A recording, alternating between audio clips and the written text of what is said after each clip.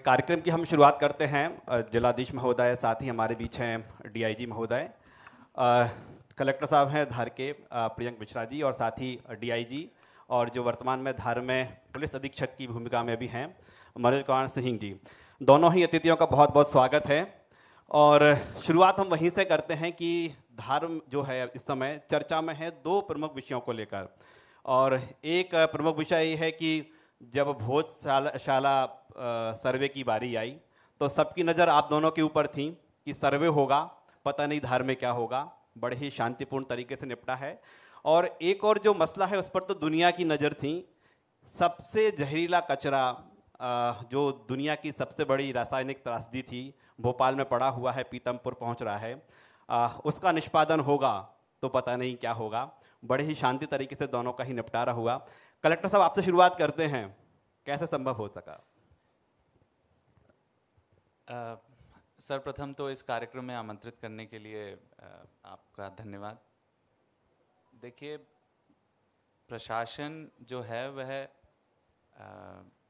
शासन का एक अंग होता है, और जो भी निर्णय एक बार ले लिए जाते हैं, चाहे वह न्यायपालिका द्वारा लिए जाएं, चाहे विधायिका द्वारा लिए जाएं, चाहे कार्यपालिका द्वारा लिए जाएं, उनका क्रियान्वयन ज़मीनी स्तर पर करना प्रशासन की जिम्मेदारी होती है, अथवा मेरी और हमारे पुलिस प्रशासन की जिम्मेदारी होती है। जो दो विषय आपने अभी रखे सामने, भोजशाला का सर्वे और पीथमपुर में यूसीआईएल कचरे का निष्पादन, दोनों निर्णय न्यायपालिका द्वारा लिए गए।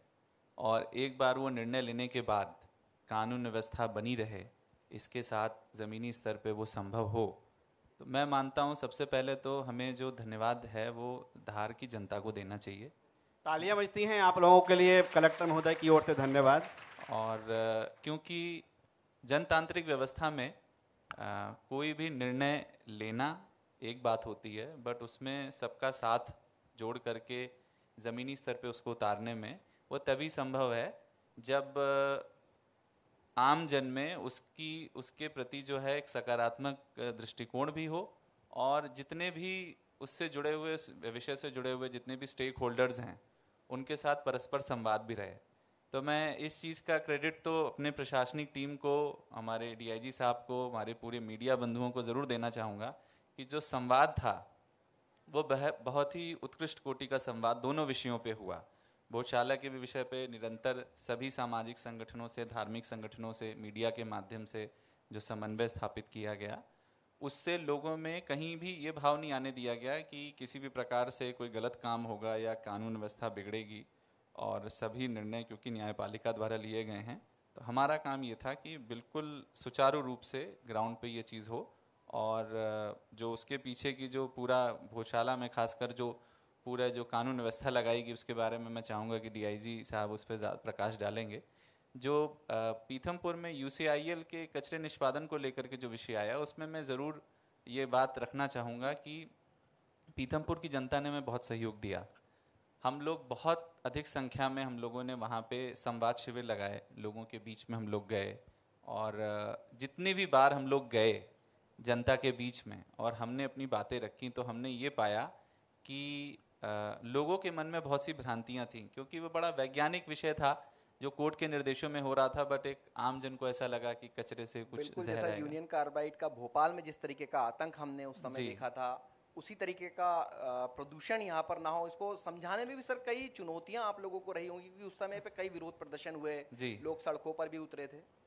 बिल्कुल, मैं इसको एक केस स्टडी मानता हूँ रिस्क कम्युनिकेशन स्ट्रेटेजी की फील्ड में, क्योंकि एक आम जन को इतने कठिन तकनीकी शब्दों के बारे में बताना, सल्फर डाइऑक्साइड, कार्बन डाइऑक्साइड, उनका उत्सर्जन, उसकी सीमा, इतने विभिन्न टेक्निकल रिपोर्ट्स जो भारत की बहुत प्रतिष्ठित संस्थाओं के द्वारा जारी किए गए थे, जिसको देख करके ही कोर्ट ने आदेश दिया था, उसके बारे में एक आम व्यक्ति को बताना जो वहाँ सांस ले रहा है, या जो उस जगह से 100 मीटर, 200 मीटर, 300 मीटर उसका घर है, उसको ये समझाना ये कठिन काम भी था।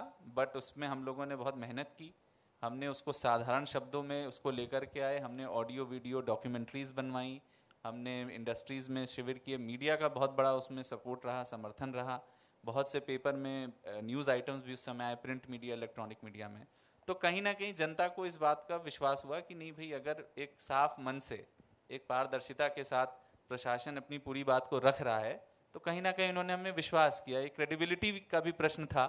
और उसके बाद जो रिजल्ट्स आए, कचरा तो जला, लेकिन उसके बाद भी क्योंकि ये भरोसा दिया गया था कि जलते समय भी पूरी लाइव रिपोर्टिंग दिखाई जाएगी, जो दिखाई गई, और जो रिपोर्ट्स उसके बाद आई, तो हमने जो बोला था वो निकल कर आया।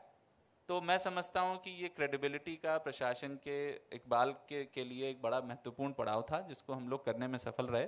बट मूलतः इसका क्रेडिट तो जनता को ही जाता है कि उन्होंने ये होने दिया। बिल्कुल जनता को क्रेडिट जाता ही है। और डीआईजी महोदय, इस समय है, हमने देखा है कि कई बार हमने आपको बड़ा बारीकी से देखा है, करीबी से देखा है, दंगे कैसे संभालते हैं आपके बारे में देखा भी था, सुना भी था, पढ़ा भी था। हमारी नज़रें इस बात को लेकर थी, हम चर्चा भी करते थे कि डीआईजी साहब सोते कब हैं, क्योंकि जब पीथमपुर में कचरा जलने का मामला हो तो आप मोर्चे पर तैनात रहते थे अपने सिपाहियों के साथ भी। जब भोजशाला का सर्वे का मामला था तो आप वहाँ पर भी मौजूद रहते थे। हम लोग चर्चा करते थे कि डीआईजी साहब सोते कब हैं। देखिए राकेश जी, सबसे पहले तो मैं न्यूज़ 24 की पूरी टीम को धन्यवाद देना चाहूँगा कि आप लोगों ने इस मंच पे बुला करके हम लोगों की जो बेहतर प्रयास है ऑल रिस्पेक्ट में, उसको जनता के सामने लाने का प्रयास किया है। दो बातें आपने उठाई है, एक पीथमपुर के कचरा निष्पादन का, दूसरा भोजशाला के सर्वे का। तो निश्चित तौर पे जो पीथमपुर का इशू था बहुत ही बड़ा था। जब भोपाल की त्रासदी हुई तो पूरी दुनिया देखी थी और लोगों में इस तरह से मनस्थिति भयावह बनी हुई थी कि उसको अंजाम देना बहुत ही चुनौतीपूर्ण था हम दोनों के लिए। लेकिन मेरा मानना है कि दृढ़ इच्छा शक्ति हो, टीम वर्क हो, कानून सम्मत निर्णय हो और बेहतर संवाद हो तो बेहतर परिणाम निकल कर के सामने आते हैं। मुझे याद है कि जब पहली बात रात को पूरा कचरा पीथमपुर लाया गया, उस रात वाकई में पूरी रात नहीं सोया था। उसके अगले दिन जो स्थिति निर्मित हुई, पूरी दुनिया देखी, पूरा मध्य प्रदेश देखा, पूरा देश देखा, तो अच्छे परिणाम के लिए नींद को त्यागना तो पड़ता है। और उसके बाद जो उसके जो परिणाम आते हैं, उससे जो एनर्जी मिलती है, वो हम लोगों को ताकत देता है। उससे पूरे घटनाक्रम में लोगों ने सुसाइड का भी प्रयास किया, सारे लोग रोड पे आ चुके थे और विषय ऐसा था, लोगों के जीवन की रक्षा होगी नहीं होगी ये विषय था। तो मुझे बड़ा करीब से अंदर से महसूस हुआ कि इस कानून व्यवस्था का जो संभालना इस डंडे चला के नहीं होगा, ये कानून व्यवस्था अश्रु गैस चला के नहीं होगा, लोगों को मारने पीटने से नहीं होगा, इसमें बेहतर संवाद स्थापित करके ही लोग हम समझा सकते हैं। तो मुझे याद है कि 1 जनवरी की बात थी, हम दोनों 5-6 घंटे रोड पे रहे और हर चौराहे जा करके अपनी बात लोगों तक पहुंचाने का हम लोगों ने प्रयास किया। 5-6 घंटा लगा, लेकिन हम लोग उस दिन अपनी बात को जनता तक पहुंचाने में सक्षम रहे, जिस कारण से उस दिन का कानून व्यवस्था संभला। जो सुसाइडल प्रयास हुआ उसको भी बहुत बेहतर तरीके से हम लोगों ने टैकल किया और अपनी बात जनता तक पहुंचाने का प्रयास किया। उसके बाद जो चुनौती हमारे सामने आई कि जिस तरह से लोगों के जेहन में था कि ये कचरा पीथमपुर में जलेगा तो पौधे सूख जाएंगे, हरियाली ख़त्म हो जाएगी, खेती नहीं हो पाएगा, कैंसर हो जाएंगे, लोगों को बीमारियां हो जाएंगी, इस बात को लोगों के दिमाग से निकालना हम लोगों के लिए बहुत बड़ी चुनौती थी। उसको लेकर के हम दोनों ने प्लानिंग किया कि इसका मात्र एक सोल्यूशन है, कानून व्यवस्था ठीक रहे और निष्पादन शासन का हो जाए। चूँकि माननीय हाई कोर्ट का उसमें निर्देश था, उसका पालन कराना हम लोगों की पहली प्राथमिकता थी। तो हम लोग डोर टू डोर हर मोहल्ले में, हर गांव में जा करके बहुत साइंटिफिक तरीके से डीएम साहब ने उसका वीडियो बनाया था, उस कचरे के क्या इंग्रेडिएंट्स हैं उनको हम लोगों ने डिफाइन करने का प्रयास किया था और लोगों तक ये बात हम लोगों ने 1.5 माह तक पहुंचाई। इस कचरे में कहीं कोई जहरीला ऐसा चीज़ नहीं है जिससे आपका जीवन संकटापन्न हो, साथ में आपको कोई बीमारी हो जाए, आपके कृषि पे कोई एडवर्स प्रभाव पड़े, पेड़ सूख जाए, ऐसी कोई बात नहीं है। तो लगातार और बेहतर संवाद हुआ जिससे लोगों को समझ में आया। उसके बाद हम लोगों ने एक और बात रखी थी उस पूरे में कि हम लोग पहले ट्रायल के क्रम में, ट्रायल के रूप में आपको कुछ कचरा जलाएंगे और ट्रायल में अगर रिजल्ट सही आएगा तब ये बात आगे बढ़ेगी। तो हम लोगों के प्रयास से लोग ट्रायल करने को तैयार हुए। ट्रायल में सारी रिपोर्ट्स आई, उसको डीएम साहब ने पूरी जनता के सामने पारदर्शी तरीके से रखा, जिससे लोगों में कॉन्फिडेंस बिल्डिंग करने में हम लोग सफल हुए, जिस कारण से पूरी प्रक्रिया हो पाई, संपन्न हो पाया और माननीय हाई कोर्ट के निर्देश का हम लोग पालन कर सके। हम इसके लिए वाकई धार की जनता, पीथमपुर की जनता को पूरे तहे दिल से हम धन्यवाद देना चाहेंगे। उन लोगों ने हम लोगों की बात को सुना और समझा। धन्यवाद। मैं एक बात बहुत महत्वपूर्ण और भी जोड़ना चाहूँगा कि पूरे इस दोनों ही घटनाक्रमों में, पीथमपुर में तो खासकर मैं प्रदेश के मुख्यमंत्री जी को भी बहुत धन्यवाद देना चाहूँगा, क्योंकि कई बार हम लोग फ्रंट पे दिखते हैं तो हम लोगों का ही चेहरा सामने आता है, बट एक गंभीर पैनी नज़र उनकी पूरे विषय पे जो बनी हुई थी और जो मार्गदर्शन उन्होंने समय समय पे हम दोनों को दिया, उसका भी बहुत महत्व था। वो गंभीरता, उससे हम लोगों को जो एक विजन की क्लैरिटी थी वही, और उनके भी स्पष्ट निर्देश थे कि इसको बहुत सूझबूझ से सुलझाना है, तो हमें उससे बहुत कॉन्फिडेंस मिला। बिल्कुल, मध्य प्रदेश के मुख्यमंत्री मोहन यादव जो हैं वो लगातार आप लोगों के संपर्क में भी रहे थे। समय समय पर इस बात का भी ध्यान रखा गया था कि जो लोग प्रदर्शन कर रहे हैं उन्हें किस तरीके से समझाइश दी जाए, और आप उसमें सफल भी रहे। सर, इसके साथ ही जो वेस्ट मैनेजमेंट कंपनी है, इसके ठीक पीछे की बात की जाए तो कहीं ना कहीं एक बड़ी समस्या यहाँ पर ये आ रही है कि यहाँ का जो पानी का कलर है वो पुराना कचरा जो कंपनियों का, फैक्ट्रियों का जो आ रहा है उसके कारण कहीं ना कहीं कलर भी उसका रेड हो गया है, और वही पानी जो है वो पीथमपुर में कई जगहों पर वो सप्लाई हो रहा है। उससे भी सर कई बीमारियां हो रही हैं, वो शायद आपके संज्ञान में भी आए हो। सर, उसको लेकर किसी प्रकार की कोई तैयारी आपके द्वारा की गई हो? क्योंकि उसके पीछे की भी अगर हम बात करें तो वहाँ पर भी कुछ लोगों को खुजली से संबंधित कई बीमारियां ऐसी हो रही हैं कि उस फैक्ट्री की वजह से। नहीं, देखिए, ये दो अलग अलग विषय हैं। बिल्कुल हमें इसको स्पष्टता से समझना ज़रूरी है, क्योंकि इस विषय के आने के बाद इसकी बहुत गहन जांच, बहुत बारीकी से इसका परीक्षण किया गया, और ये पाया गया कि सर्वप्रथम तो वेस्ट मैनेजमेंट प्लांट और उसके आसपास के क्षेत्र में कोई भी ऐसी बीमारी जो है वह वेस्ट मैनेजमेंट प्लांट की एक्टिविटी से नहीं हो रही है। इसके प्रमाणिक तथ्य कोर्ट के सामने रखे गए थे, तभी उन्होंने इसके आगे बढ़ने की अनुमति दी थी। पहली बात तो हमें ये समझने की ज़रूरत है। दूसरी बात, जो वहाँ पे लाल पानी का जो विषय आया था, वो निश्चित रूप से उसके बारे में भी जो देश की प्रतिष्ठित संस्थाएं हैं उनसे उनकी टेस्टिंग करा करके ये भी प्रमाणिक रूप से व्यवस्था बनाई गई कि भविष्य में इसका कोई नुकसान ना हो। तो अब जो वेस्ट मैनेजमेंट का जो पूरा वेस्ट डिस्पोजल हो रहा है, जो फ्लाई ऐश का डिस्पोजल हो रहा है, मेरी जानकारी के अनुसार वो इस पद्धति से किया जा रहा है कि भविष्य में उसका मिलने का कोई खतरा ना रहे, एहतियातन। वैसे भी कुछ नुकसान नहीं हुआ, बट एहतियातन भी ना रहे। लेकिन ये बात सही है कि इतने बड़े औद्योगिक क्षेत्र में ज़रूर पर्यावरण को लेकर के कुछ विपरीत प्रभाव पड़ने की संभावना बनी रहती है, ये बात सही है। इसके लिए हम लोगों ने एक डिस्ट्रिक्ट एनवायरनमेंट प्लान बनाया है, और पीथमपुर के लिए विशेष रूप से एक टास्क फोर्स बना करके एक स्वच्छ पीथमपुर अभियान हम चला रहे हैं, जिसमें सारे वहाँ की इंडस्ट्रीज़, हमारे इंडस्ट्री डिपार्टमेंट, पर्यावरण का डिपार्टमेंट, हम लोग एक एक शिकायत पे भी विचार कर रहे हैं, और कैसे पीथमपुर में ग्रीनरी बढ़ाई जाए, पीथमपुर में सफाई का एक माहौल बनाया जाए, नगर पालिका के सपोर्ट से, विभागों के सपोर्ट से। अभी भी हम लोगों ने वृहद वृक्षारोपण का कैंपेन वहाँ चलाया है। तो बिल्कुल हमारा विजन क्लियर है कि हमें विकास की दौड़ में तो पीछे नहीं रहना है, लेकिन पर्यावरण की कसौटी पर भी खरे उतरना है। कलेक्टर साहब का शिक्षा पर काफ़ी ज़्यादा जोर है, हम उस पर चर्चा करेंगे। शुरुआत करते हैं डीआईजी साहब से।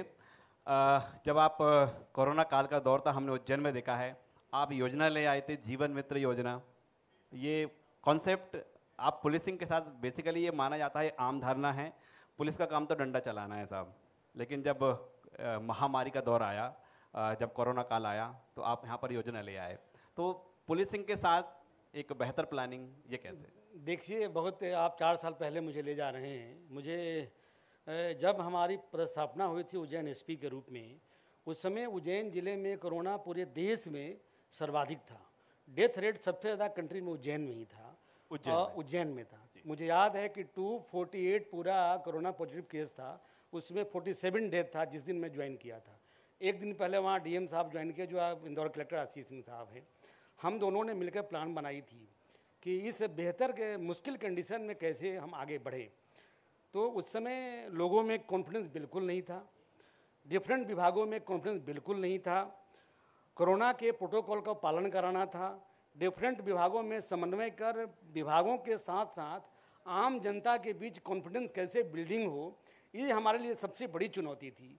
लोग घरों से निकलना बिल्कुल नहीं निकल पा रहे थे, प्रशासन के लोग भी नहीं निकल पा रहे थे।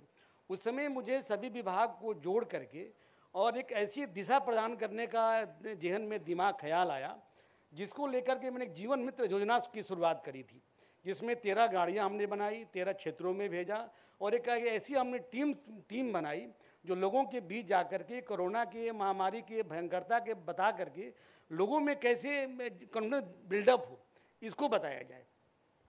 जो नर्स थे, डॉक्टर्स थे, आशा कार्यकर्ता, जिससे हमको काम लेना था, जो पुलिसकर्मी थे, वो लोग भी घर से निकलना नहीं चाहते थे। तो मुझे याद है कि हमने तो चौराहे पे लोगों के जन्मदिन मनाए हैं, नर्सेज के जन्मदिन हमने चौराहे पे मनाए, उनके घर जा कर के मनाए।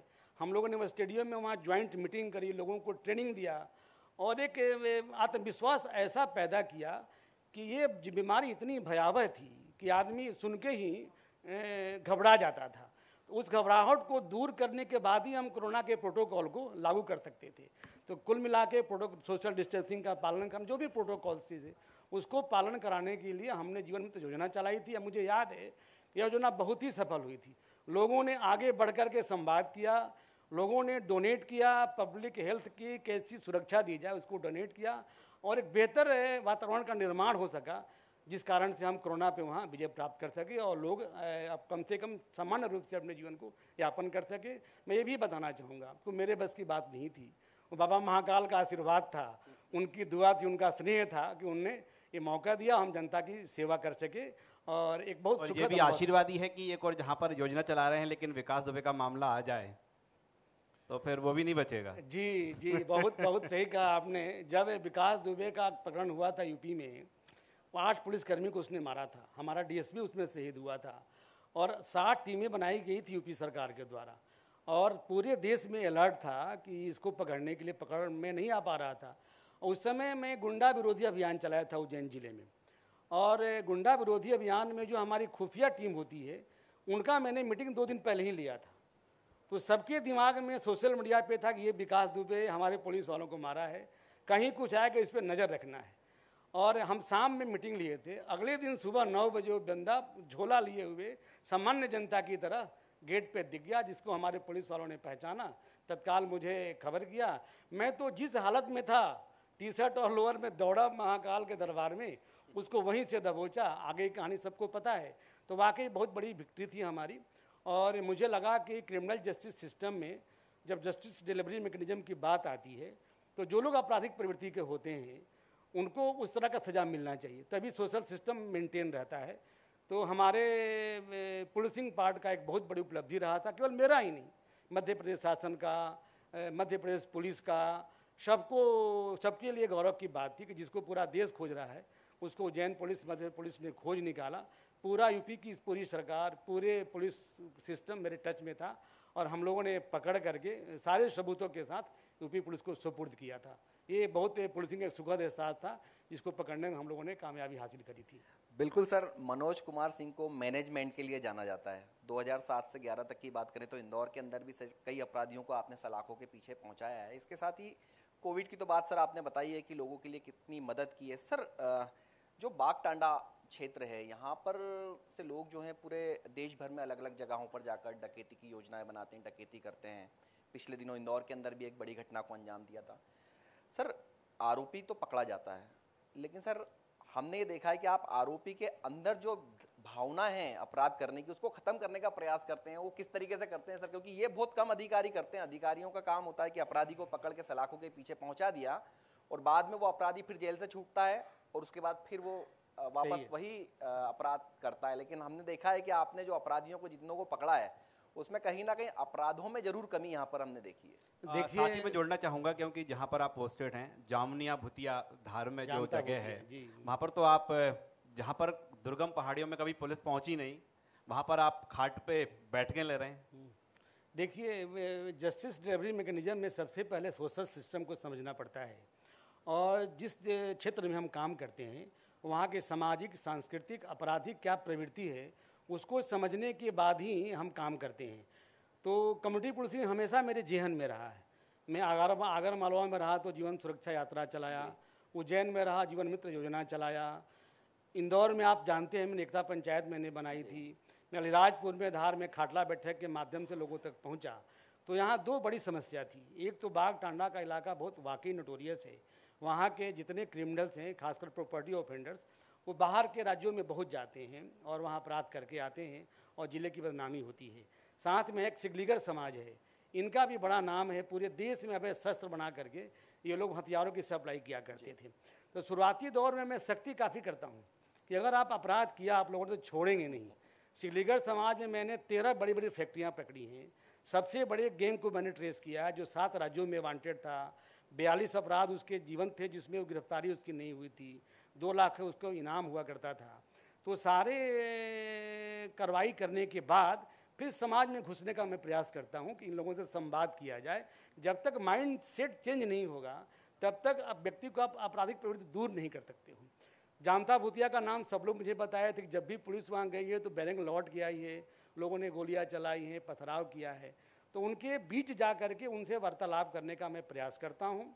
जब जानता भूतिया के लोग अलीराजपुर जेल में बंद थे 8 लोग, तब जेल के अंदर जाकर के उनसे मैंने बात किया था। When I was posted at Alirajpur SP, और वहीं लोग संजोग से बड़े क्रिमिनल थे, उनसे मेरी बात हुई थी कि आप लोगों को मैं अगर कानूनी हेल्प करता हूँ तो क्या आप लोग गाँव को सुधारने में हेल्प करोगे? मैं आपको आउट ऑफ वे जाके हेल्प करूँगा। संजोग से जब मेरी पोस्टिंग धार हो गई, उनके कुछ लोगों की जमानत भी हो गई, तो लोगों ने मुझे याद भी किया कि साहब वहीं साहब यहाँ आ गए। तो मैं जानता भूतिया में अपना संवाद बढ़ाना शुरू किया। जो अनावश्यक लोग बंद थे उनको कानूनी तौर पे हेल्प भी किया मैं। उसके बाद वहाँ के जो कुछ महत्वपूर्ण लोग थे, सचिव हो गए, सरपंच हो गए, तड़वी हो गए, पटेल हो गए, उनसे यूँ कि मैं दोस्ती कर लिया। उनको फ्री होकर मुझसे बात करने में कोई दिक्कत नहीं था, आज भी दिक्कत नहीं है।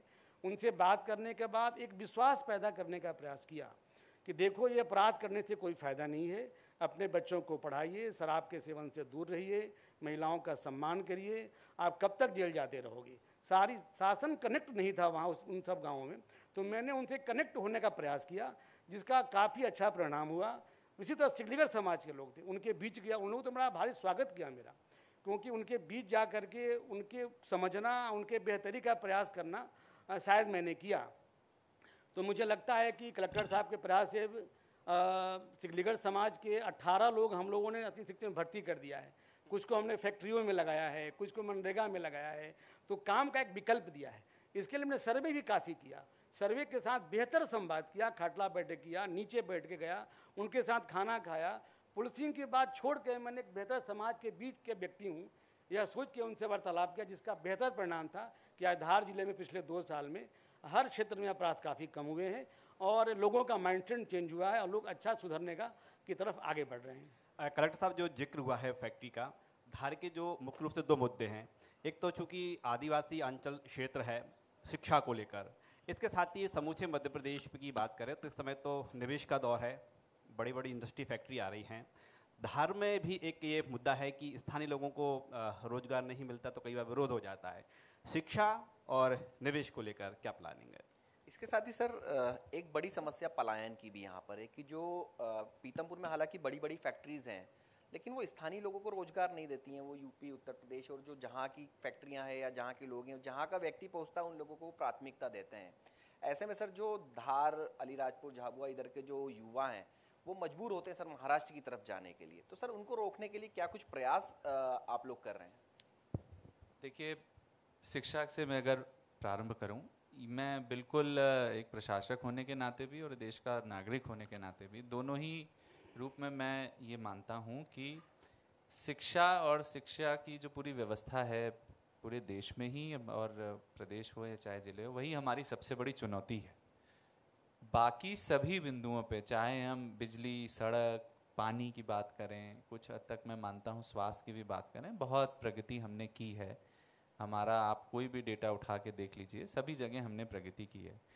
शिक्षा में अभी धार जिले को बहुत मेहनत करने की ज़रूरत है। हम कृत संकल्पित हैं, लेकिन अब जब हम नई शिक्षा नीति की बात करते हैं, जो उसके नए उसमें जो नीतियाँ तय की गई हैं, उसमें हमें काफ़ी मेहनत करने की ज़रूरत है। प्राइमरी एजुकेशन की मैं बात करूं तो प्राइमरी एजुकेशन में स्कूल की बिल्डिंगें हर जगह हैं। बहुत हद तक शिक्षकों की गुणवत्ता का प्रश्न है और कई जगह शायद उतने शिक्षक नहीं हैं तो हमें अतिथि शिक्षकों से काम चलाना पड़ता है।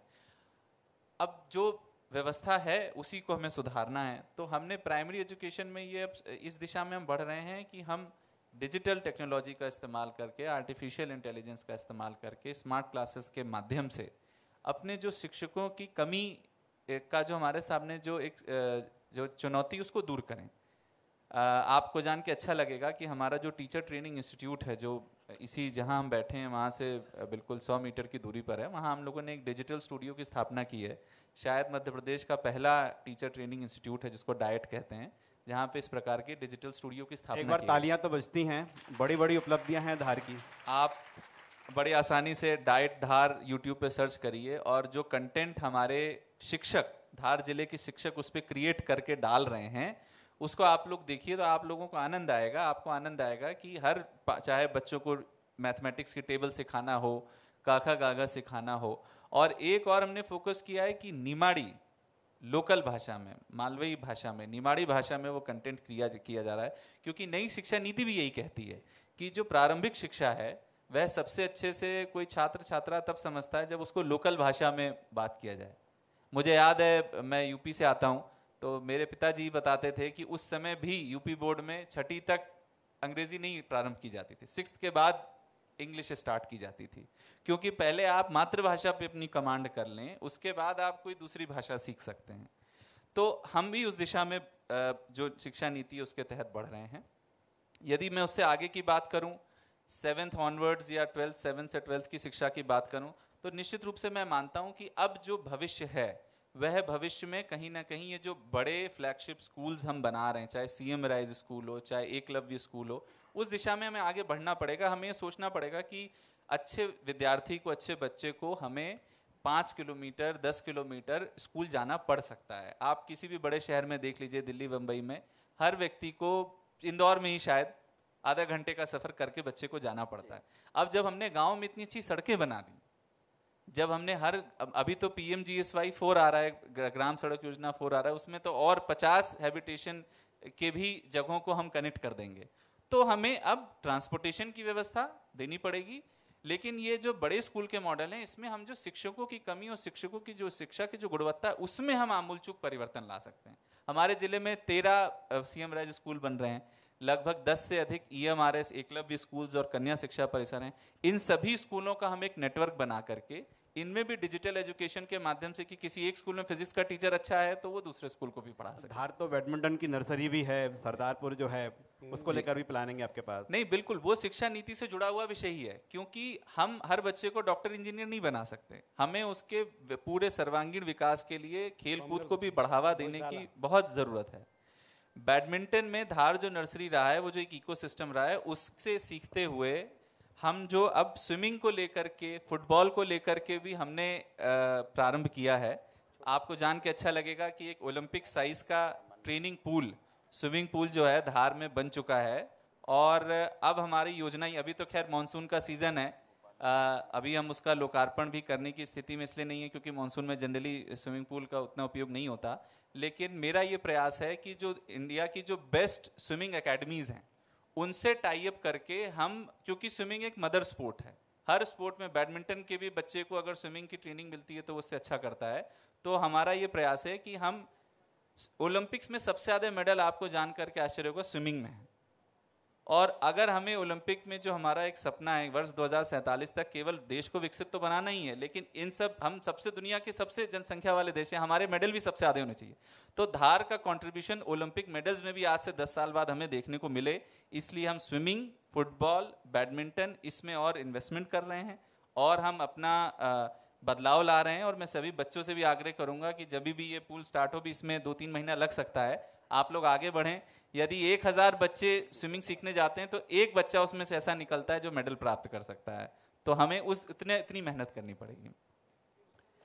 सर, बड़ी संख्या में स्टूडेंट्स भी यहाँ बैठे हुए हैं।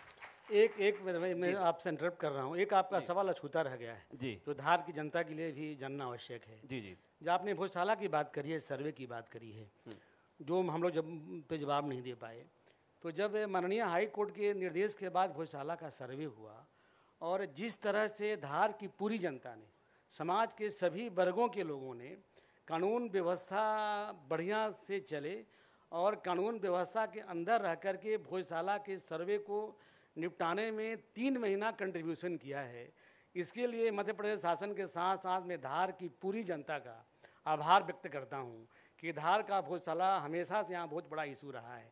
आने वाले समय में जब भी भोजशाला का इशू आएगा तो एक सांप्रदायिक सौहार्द के बीच लोग सहयोग करके इस इशू को सॉल्व करेंगे, ऐसी पूरी मुझे उम्मीद है, आशा है, जो आपके माध्यम से धार की आम जनता को मैं बताना चाहता हूं और धन्यवाद भी देता हूं। बिल्कुल धन्यवाद है और तालियां तो बजती हैं। सर देखिए, आप दोनों से चर्चा कर रहे हैं धार के विषय में, बहुत सारे विषय हैं, थोड़ी सी समय की मर्यादा है। इसके साथ ही आखिरी हम सवाल लेंगे, क्योंकि कलेक्टर साहब का हाल ही में सम्मान हुआ है मुख्यमंत्री महोदय की ओर से, तो संक्षेप में आपसे जानना चाहेंगे इसके साथ ही दोनों हमारे अतिथिगण से कि आप धार की जनता से आप अपील क्या करते हैं, जरा संक्षेप में सर। सर इसके साथ ही यहाँ बच्चे ज़्यादा बैठे हुए हैं, गुरु मंत्र भी जरूर आप दीजिए, क्योंकि ये बच्चों के मन में कहीं ना कहीं होता है कि वो क्या बनना चाहते हैं। आप आईएएस बने, आप आईपीएस बने, घर वाले कह रहे हैं डॉक्टर बने, तो क्या इनको बनना चाहिए, कैसे अपने मन की सुने और आपने कैसे अपने मन की सुनी थी, ये एक गुरु मंत्र भी सर बच्चों को दीजिए। सबसे पहले तो जो आपका प्रश्न है, जो एक मैसेज है सभी को, उसमें मैं माननीय प्रधानमंत्री जी जब भी कोई हम लोगों का बैठक होती है या ट्रेनिंग एकेडमी में जाते हैं तो उनका एक मंत्र है रिफॉर्म, परफॉर्म और ट्रांसफॉर्म का, जिसका अर्थ ये है कि देश को अगर विकसित भारत देश बनाना है तो जो भी रिफॉर्म करना है, जो कानूनों में संशोधन करना है, जो देश की दिशा नीति तय करनी है, वो विधायिका का कार्य है, हमारे जनप्रतिनिधि गणों का काम है। परफॉर्म जो है वो हमारा काम है, प्रशासनिक लोग व्यक्तियों का काम है जो पदों पे बैठे हैं, जो नौकरियों में हैं, कि जो देश की दिशा और दशा तय कर दी गई है, जो नई नीतियां लागू की गई हैं, उनका जमीनी स्तर पे क्रियान्वयन अच्छे से हो सके, हमें उस दिशा में काम करना है। बट तीसरा उसका हिस्सा है ट्रांसफॉर्म, और जो ट्रांसफॉर्म है वो ये है कि यदि जमीन पे अगर कोई चीज का बदलाव आना है तो उसमें बिना जन भागीदारी के वो संभव नहीं है। सबसे अच्छा उदाहरण आप स्वच्छ भारत मिशन का ले सकते हैं, जिसमें जो रिफॉर्म है वो माननीय प्रधानमंत्री जी ने खुद संकल्प लिया। परफॉर्म में हम लोगों ने पूरी कार्य योजना बनाई, हमें स्वच्छता मित्र भी यहाँ अधिक संख्या में बैठे हैं जो उसके सबसे बड़े साक्षी हैं, उनकी सबसे बड़ी मेहनत है। बट जो ट्रांसफॉर्म हुआ है वह जनता के बदलाव की वजह से हुआ है, जो इंदौर में हमने देखा, जो धार में हम करने का प्रयास कर रहे हैं। तो सभी से मेरा ये आग्रह रहेगा कि हम कुछ भी नीति बना लें, हम नए नए कानून बना लें, हम किसी योजना में चाहे कितना भी पैसा डाल दें, लेकिन बदलाव तभी देखने को मिलता है, चाहे कानून व्यवस्था की बात हो, चाहे विकास की बात हो, जब जनता उससे जुड़ती है। और आपने जो चर्चा की, कोई भी जो अवार्ड मिलता है, मैंने पहले भी बोला है, इतने लोगों की मेहनत होती है। हम लोग तो केवल प्रतीक चिन्ह के रूप में वहां जाते हैं। तिरला ब्लॉक के लिए एस्पिरेशनल ब्लॉक नीति आयोग का काम है, उसके लिए हमें अवार्ड मिला है। मैं पुनः तिरला ब्लॉक को भी पहले भी मैंने धन्यवाद दिया है, क्योंकि आप उसके हर पैरामीटर में देख लें, हमें स्वास्थ्य, शिक्षा, महिला बाल विकास के उन पर अवार्ड मिला है। वो सारे काम ऐसे हैं जो बिना जन सहयोग के संभव ही नहीं है। पूरा क्रेडिट जो है हमारी पूरी टीम को और तिरला की जनता को ही जाता है। अंतिम में जो आपने गुरु मंत्र की बात की, मैं नहीं मानता कि मैं सभी समस्त प्रकार के ज्ञानों का मेरे पास भंडार है, लेकिन जो मुझे एक बात मेरे पिताजी ने बताई थी, जिसको मैं हमेशा याद रखता हूँ, कि हमेशा हमें हमारी जो स्ट्रेंथ होती है, ये जिस चीज़ में हम अच्छे होते हैं, उस पे हमें प्ले करना चाहिए जब हमें करियर की चॉइस लेनी हो। अपना उदाहरण लेकर के मैं बताऊंगा कि मैं मैथ्स का स्टूडेंट था, फिजिक्स का स्टूडेंट था। 12 तक मैंने, जैसे बहुत से बच्चे साइंस पढ़ते हैं, साइंस पढ़ी, लेकिन कहीं ना कहीं मेरे पिताजी को ये लगता था कि तुम ज़्यादा अच्छा तुम सोशल साइंस में करोगे, ज़्यादा अच्छा तुम वहाँ करोगे, क्योंकि तुम्हारी काबिलियत वहाँ लाई करती है। तो ये बात ठीक है कि उनके सुझाव को मैंने माना, और उसके बाद मैंने अर्थशास्त्र की पढ़ाई की, BA किया, MA किया, MPhil किया दिल्ली विश्वविद्यालय से। और वो मैं अपनी लाइफ का एक, जिसे मैं मानता हूँ कि वो वैसा क्षण था कि दाएं जाकर के किसी और किस्मत कहीं और लेके जा सकती थी। तो मेरा सभी से यह है कि चाहे आप कला में अच्छे हों, आप शिक्षा किसी भी विधा में आप अच्छे हों, बचपन से जैसे जैसे अब जो हायर एजुकेशन में जब तक आप पहुंचते हैं, कभी भी भेड़ चाल में मत शामिल होइएगा कि दुनिया आपका दोस्त या आपके साथी आप कह रहे हैं कि भाई इंजीनियर बन जाओ तो आप इंजीनियर बन जाएं, या डॉक्टर बन जाओ तो आप डॉक्टर बन जाएं। यदि आपका नेचुरल टैलेंट वहाँ नहीं है, आप वहाँ सफल नहीं हो पाएंगे। और अब तो आर्टिफिशियल इंटेलिजेंस का दौर है, जिनकी बहुत अच्छी अच्छी नौकरियां हैं, उनको भी शायद गंवानी पड़ सकती हैं। इसलिए यदि जीवन में सफल होना है तो अपनी शक्तियों को समझें। जैसे हनुमान जी को शक्तियां याद दिलाई गई थी, तब उनको याद आया। आप सब लोगों को भी मेरा बस यही एक गुरु मंत्र रहेगा कि अपनी स्ट्रेंथ पे प्ले करें और उसको और निखारें, उसको और उसमें अच्छा करें। एक लाइन पकड़ें बट उसमें बेस्ट बन के दिखाएं। धन्यवाद। आपका गुरु मंत्र साहब। देखिए, हम लोग जहाँ पे कार्यक्रम कर रहे हैं ये पीजी कॉलेज का ऑडिटोरियम है और एक शिक्षा का केंद्र है। तो शिक्षा ही एकमात्र ऐसा जीवन का साधन है जो व्यक्ति के पूरे संपूर्ण जीवन को बदल सकता है। और मुझे यह बताने में यहाँ गर्व महसूस हो रहा है कि मुझे पिता के रूप में एक शिक्षक मिला था, या यूँ कहें कि मुझे शिक्षक के रूप में पिताजी मिले थे। तो यहाँ शिक्षक की क्या क्वालिटी होना चाहिए और स्टूडेंट का क्या क्वालिटी होना चाहिए, इसको समझना पड़ेगा। कहा जाता है कि the duty of a teacher is not to teach only but to knock the door of the mind. तो टीचर का मुख्य काम है कि शिष्य के दिमाग के दरवाजे को खटखटा दे। बाहरी आडंबर में आकर के हम सोचे कि हम ये बन जाएं, वो बन जाएं, ये कर ले, वो कर ले, ऐसे नहीं होता है। जितने विद्यार्थी यहाँ बैठे हैं सबके लिए मेरा यह संदेश है कि दो आवाज़ होती है, एक बाहरी आवाज़, एक अंतर की आवाज़। तो व्यक्ति को हमेशा अपने अंतर की आवाज़ को पहचानना चाहिए कि मेरी अंतर की आवाज़ क्या है, मैं क्या कर सकता हूँ। मैंने स्व अध्याय के चलते स्व को जानना। जो व्यक्ति अपने अंदर की क्षमता को जान गया, अपने आवाज़ को पहचान गया, अंदर की आवाज़, उस दिशा में डेडिकेटेड होकर काम कर लिया, वो सफल हो जाता है। तो जितने भी स्टूडेंट बैठे हैं उनसे मेरा यही आग्रह है और यही गुरु मंत्र कहिए कि मेहनत करके अपनी ईमानदारी से अपने अंदर की आवाज़ को पहचानिए, उस दिशा को समझिए, उसमें आगे बढ़ जाइए, सफलता मिलनी निश्चित है। धन्यवाद। डीआईजी साहब और कलेक्टर साहब दोनों का हमारे साथ में जुड़ने के लिए बहुत बहुत धन्यवाद। और बहुत अच्छा गुरु मंत्र जो है वो दोनों की तरफ से मिला है, जो मन में हो वही करें। और अब मैं आगे कार्यक्रम को बढ़ाने के लिए शब्बीर अहमद को बुलाना चाहूँगा। शब्बीर अहमद कार्यक्रम को आगे बढ़ाएंगे। बहुत बहुत धन्यवाद राकेश जी और हेमंत शर्मा जी। और धार कलेक्टर प्रियंक मिश्रा जी की बात करें या फिर डीआईजी मनोज कुमार सिंह जी की बात करें, करीब आधे घंटे हमारी चर्चा हुई और तमाम उन्होंने अपने जीवन के बारे में बताया। इसके साथ साथ तमाम उन चीज़ों के बारे में भी बताया जो उनकी नौकरी के दौरान संघर्ष रहा, या फिर उसके बाद अलावा बात करें कई केसेस के बारे में भी जिक्र करा और बच्चों को भी मोटिवेट करते हुए यहाँ पर वो नजर आए हैं। अब मैं बुलाना चाहूँगा मंच पर राकेश जी और इसके साथ साथ अनुज जी को मोमेंटो प्रदान करने के लिए।